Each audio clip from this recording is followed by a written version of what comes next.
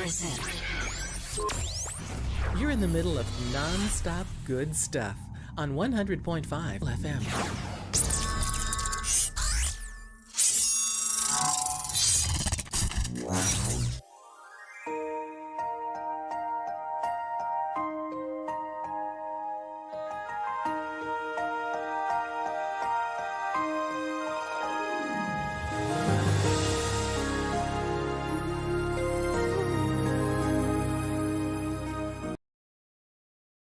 Hello mayong aga abyan, welcome sa aton nga pala tuntunan ang Ilonggo Daily Light from God's Word Radio Broadcast.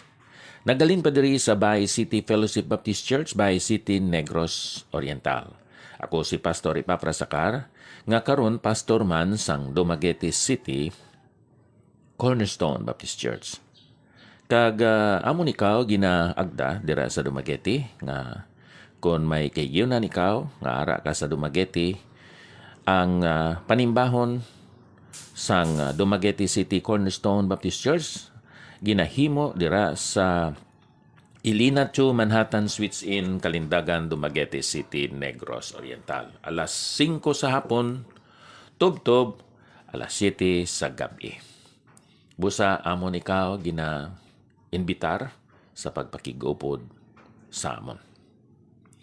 Diri sa Tito Kapitulo 2, sugod sa versikulo 3, 4 kag 5. Aton pamalandungan ang instruksyon ni Apostol Pablo sa kay Timoteo kung ano ang iya igatudlo sa sining adult women, mga hamtong na nga mga kababayenan. Ako nga pagabasahon abyan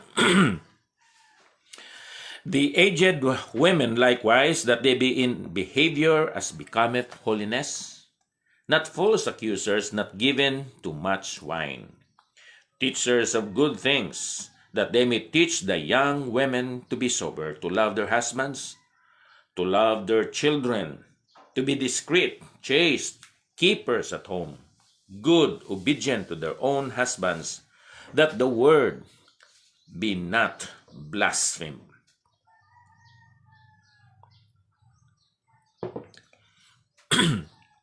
Excuse me. Si Apostol Pablo nagsulat sa kay Tito nga iya nga ginbilin o kung ginassign sa isla sa Crete. Dira na sa Mediterranean Sea, no?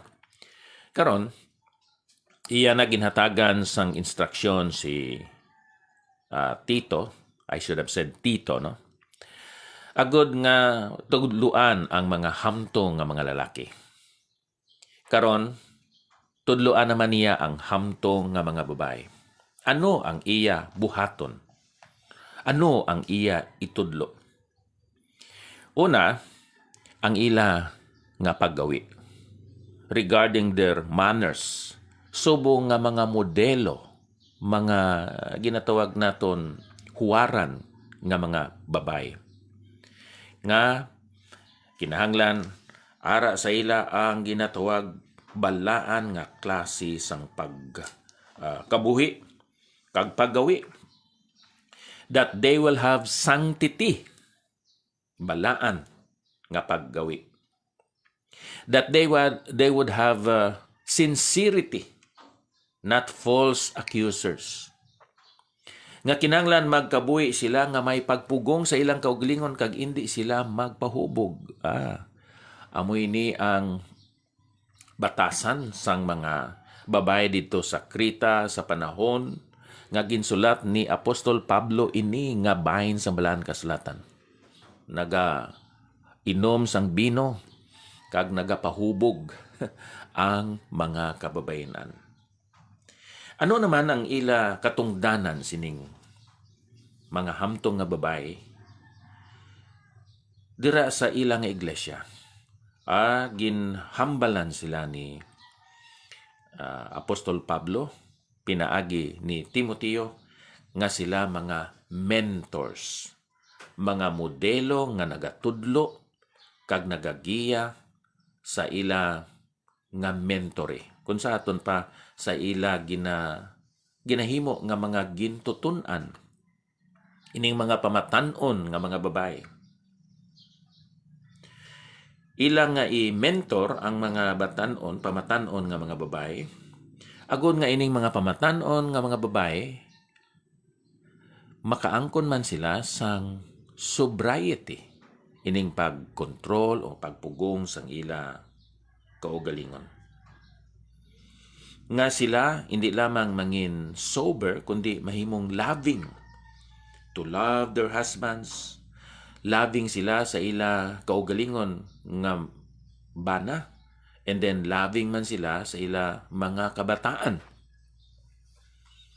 Amoy ning masubo karon kay madamo sa mga kababayenan nga tungod sa ilang nga trabaho, hindi na nila maatipan mismo ang ila kaugalingon nga bana.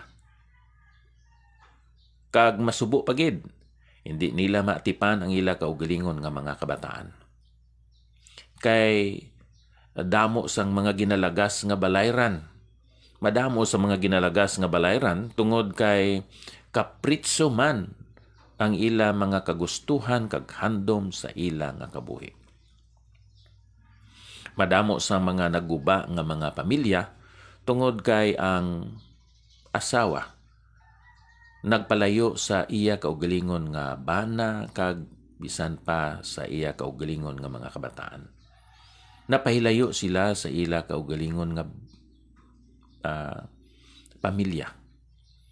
Ang masubo pa gani, bisan matuod madamo ang ila kwarta, pero maiwat ang naggugma nga nagaluntad dira sa ila kaugalingon nga panimalay. Nga sila mangin discreet diri sa bersikulo 5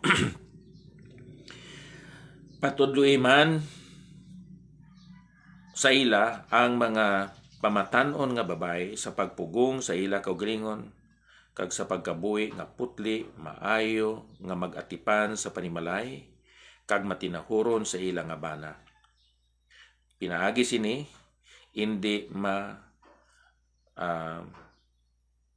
mablaspheme, mapasipalahan ang minsay sang Dios.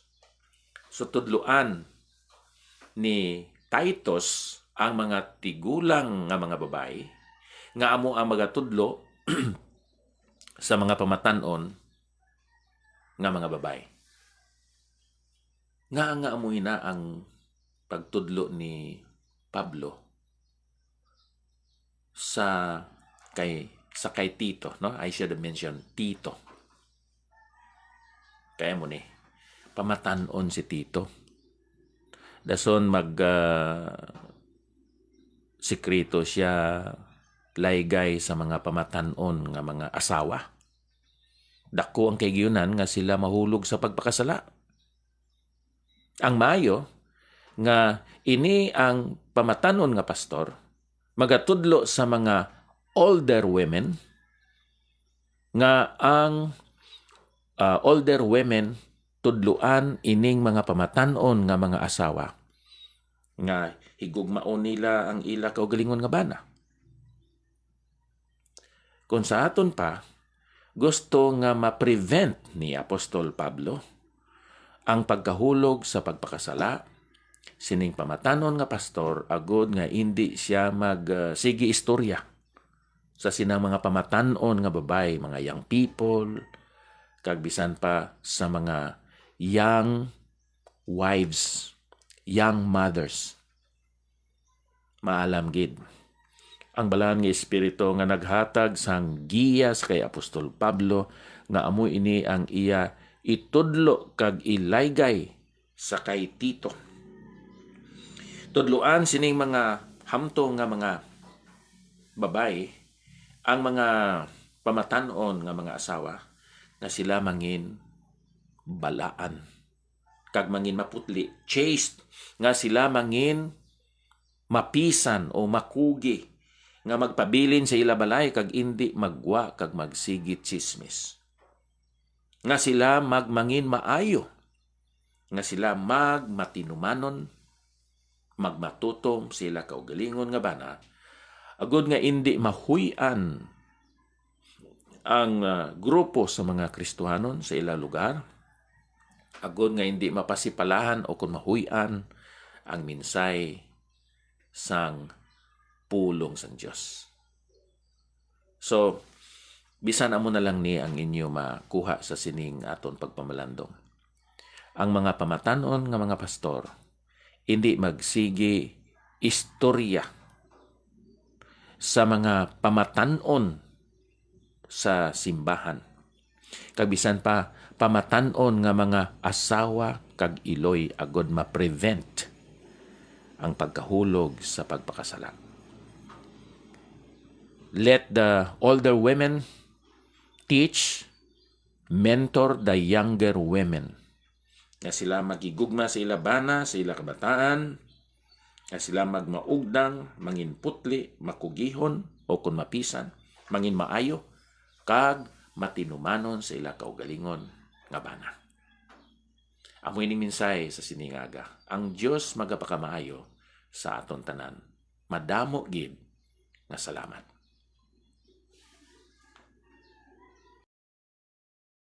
Salamat.